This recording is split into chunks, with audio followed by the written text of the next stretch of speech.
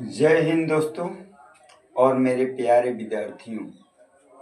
मैं पुनः क्लास 10 अध्याय 1 वास्तविक संख्या प्रश्नावली 1.2 का प्रश्न संख्या 4 और 5 हल करने जा रहा हूँ। प्रश्न 4 कह रहे हैं कि 306 और 657 का एचसीएफ 9 है, तो एलसीएम इसका बताएं। तो सबसे पहले हमको ये देखना है कि ये जो 9 है एचसीएफ है तो कितनी संख्याओं का है? 2 संख्याओं का है। तो 2 संख्याओं का जब एचसीएफ दे दे और दोनों संख्या मौजूद हैं तो एलसीएम निकालना कोई बड़ी बात नहीं है। जैसे हम जानते हैं कि एलसीएम बराबर होता है 2 संख्याओं का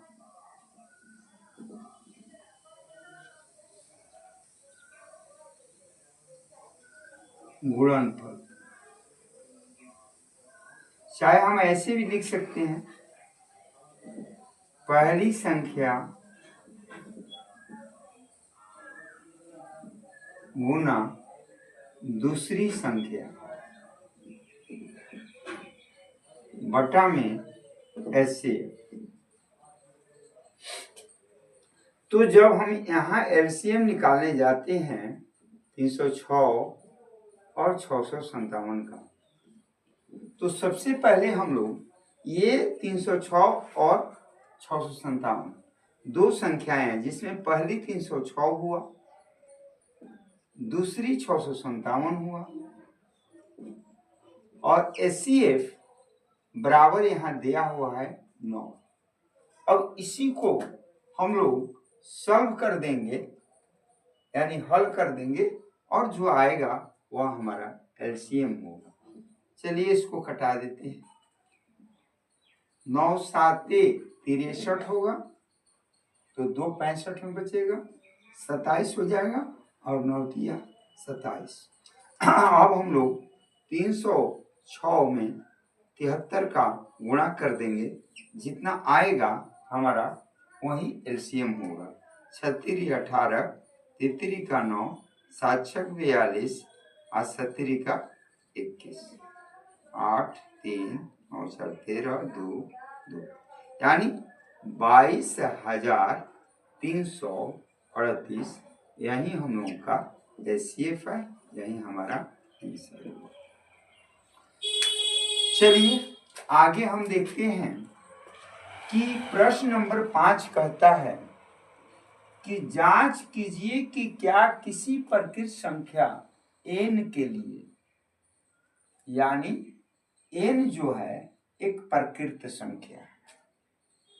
प्रकृत संख्या अर्थात गिनती की संख्या 1 2 3 4 5, ये जो गिनती की संख्याएं हैं यह प्रकृत संख्या है जो n है। तो संख्या 6n, 6 का जो पावर है n है, अंक 0 पर समाप्त हो सकती है। यानी 6 का पावर यदि हम n रखते हैं, 1 रखेंगे तो 6 आता है, 6 का पावर 2 रखेंगे 36 आता है, 6 का पावर 3 रखते हैं तो ये 216 आता है। तो ये पूछ रहा है कि क्या इसका अंत जो है 0 पर हो सकता है।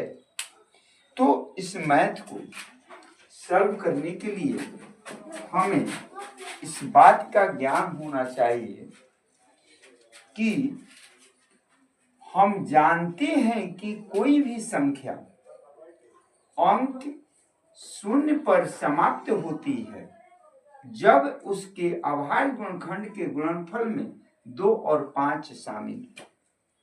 यानी आप कोई भी संख्या लेते हैं, उसके अंत में यदि आपको 0 चाहिए तो याद रखिए कि उसका जब अभाज्य गुणनखंड कीजिएगा तो उसमें आपका 2 और 5 का होना अति आवश्यक है।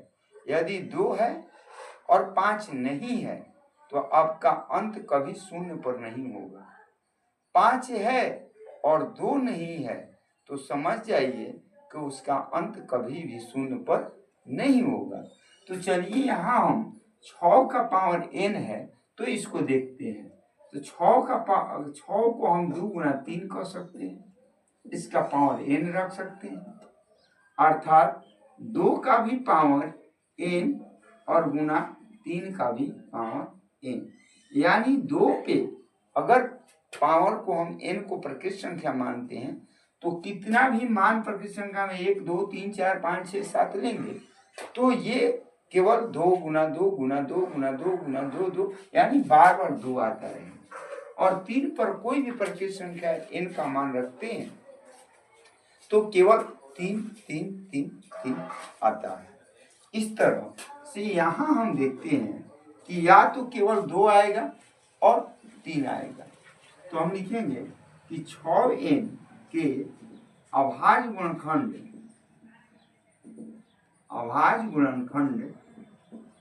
के गुणनफल में अभाज्य गुणनखंड के गुणनफल में केवल 2 और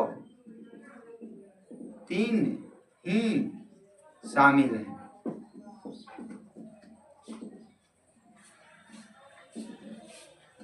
किंतु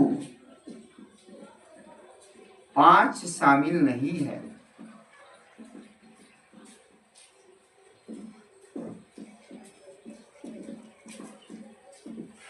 इसलिए यहां से अब हम आ जाते हैं किसी प्रकृति संख्या n के लिए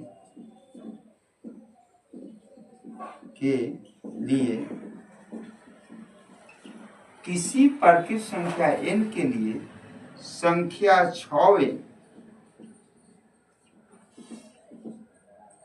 अंक शून्य पर समाप्त,